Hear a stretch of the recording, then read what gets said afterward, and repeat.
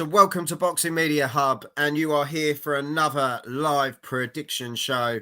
You are with me, Joel, at Boxing Media Hub, with Ender at EFB Man, and pro boxer Ash Lane.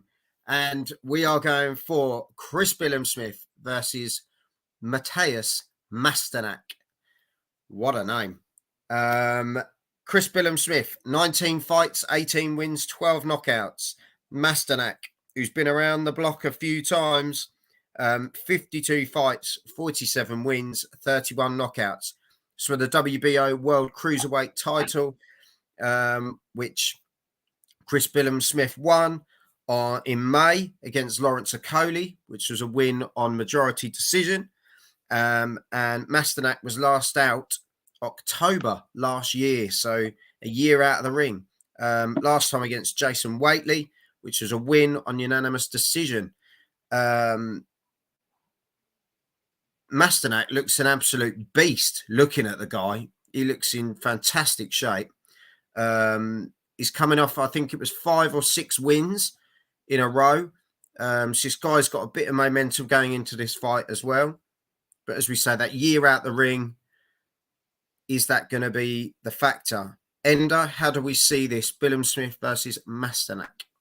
Okay, well, how we see this is a kind of a stay busy fight as far as I'm concerned for Chris Billam-Smith. Masternak is decent, but he was better. He's on the decline now. I mean, he's 36 years of age. He's 47 and 5. So he's lost one of his last 5 outings. Chris Billam-Smith is on a bit of a roll, and of course he is, for boxer, they're a golden boy at the moment because Adam Azim is the up and coming guy, but their guy with the title and the most popular guy they have is Chris Billam-Smith. He's adored in Bournemouth rightfully, and the fights back down there sold out completely, so it just shows how popular he is. It's going to be on a Sunday the 10th of December, so it'll be an interesting one for Sky. I don't know if there's football on that day, but Sky mustn't have any.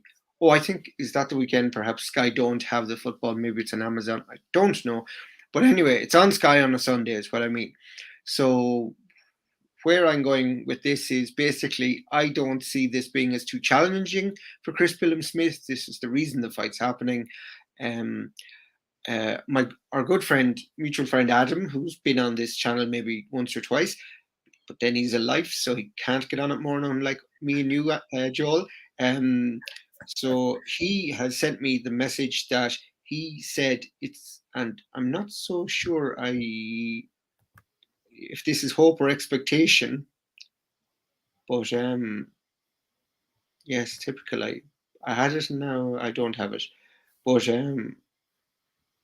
let us know when you find it, Ender. I have it. Come on, Ender. Come on. You be quiet, Ash. Go lick some salt or something. Anyway, he said, for the record, it's Chris Billam-Smith points in a barn burner. I'm not so sure it's going to be a barn burner, but if I paid what Adam's paid, I'd probably hope it's a barn burner too. But I'm going for a fairly boring points win for Chris Billam-Smith. Okay, Ash, where are you sitting with this one, mate? Yeah.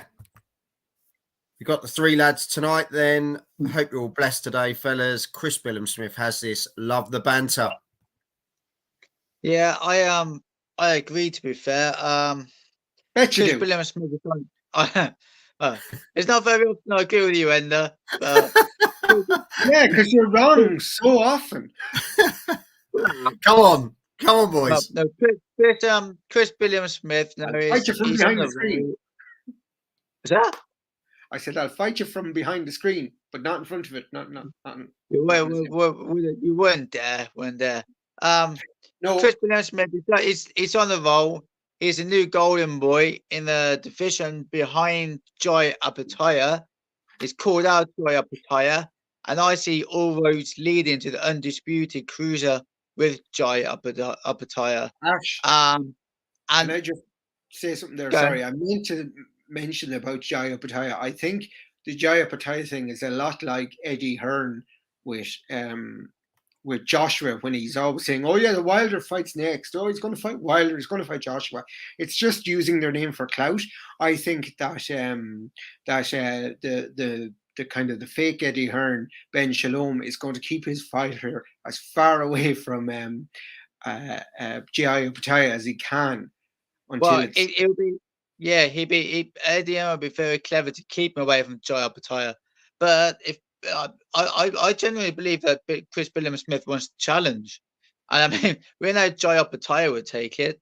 So I mean, I do think that all roads lead to that eventually. Whether it's a few more fights down the line, I don't know, but I do believe that all roads lead to that.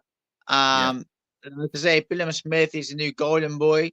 He beat O'Colly, which is just, I mean, that's a great win, to be fair, considering how awkward and terrible O'Colly is. So he's got some good momentum. And Masternak, he's older, a lot more experience, and he's coming off like the last 4 or 5 wins, albeit the opposition hasn't been as good as Chris Billam-Smith, and maybe he's at his best days behind him, Masternak, when he beat Yuri Kalenga back in the day. He's had a lot of close fights against probably not the best opposition, which he's beaten. So, I'd look to think this is his last roll of the dice. And I think he'll get in there and he'll give it everything he's got. And I think he will use his experience to some extent. But I expect Billam-Smith to be too much for him over the 12-round distance. And I wouldn't be surprised to see Billam-Smith take him out in the 11th or 12th round. Yeah. No, definitely. And Jamal's written in, he's put Jai Opataya is a level too far for Chris Billam-Smith, in my opinion, right now, anyway. For me, Jai's the name that everyone's talking about. But back to Chris, like Ash was saying, Chris Billam-Smith, great win against Lawrence O'Colly. I personally didn't have Chris Billam-Smith to win that fight prior to that fight. I thought Lawrence was going to be enough and do it, because even me and Ender were saying Lawrence was that was kind of going to be the last fight for Lawrence O'Colly at cruiserweight before going up to that heavyweight, and that was going to be the win to then go up, where plans may have changed now in that respect. But Chris Billam-Smith, great win. He's come off well from that one. It was recent as well in May, so he's got that momentum. Obviously, Masternak over a year out, although he's experienced, it's a year out at an older age. So for me, yeah, I can see Billam-Smith finishing this 9-12.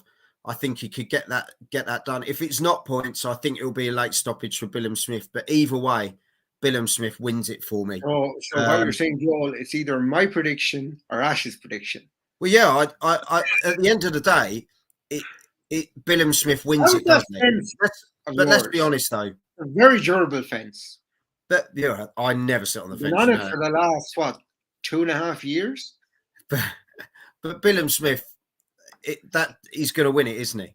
We're, in my opinion, your opinion. How is he going to win it, Joel? I think it's more to late stoppage, personally. Too young, too fresh. Yeah, and I think that would say. I think being young and being fresh would take maybe the finish line. I think he'll finish strong, as Masternak probably tires, maybe, and gets a bit sloppy. And I think if he catches Masternak right, he could finish him. I mean, I was watching Masternak against Tony Bellew earlier. In that 12th and final round, Bellew was clocking him with right hands all night long. And I think Billam-Smith probably punches harder than Bellew does. And with Masternak being a bit older, a bit slower, a bit more war-torn, those right hands could finish him. Yeah. Break the engine, isn't it? Break the engine down over the rounds and then take him out. But Billam-Smith is strong, and he can rough and tumble on the inside. I mean, he held his own with O'Colly, who is a very awkward, strong, dirty fighter. He didn't get. Jamal's just said here he'd like to see Chris Billam-Smith fight O'Colly again. I wouldn't. No. But I understand why people would want to see it again, because they might see a different side to a Coley, because he'd have to do something different. But for me, that's kind of been and gone. Chris Billam-Smith won it. As you say, that next stop is to go for Jai Opataya. That is the next goal. Personally, I'd keep him away from him. But that's 100, I reckon, mid to late stoppage for Jamal. So, let us know in the comments, people. Give us your predictions as well. We'd like to know where you sit with this one. Are we totally overlooking Masternak? Let us know in the comments. Lads, as always, thank you very much for your predictions.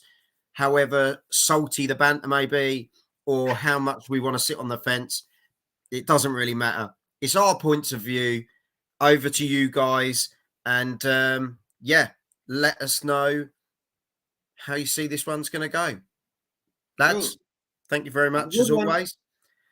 Hit the subscribe button. And this has obviously been brought to you by Falcon Contracting and Price Global Solutions. So until next time, have some of this. Have it.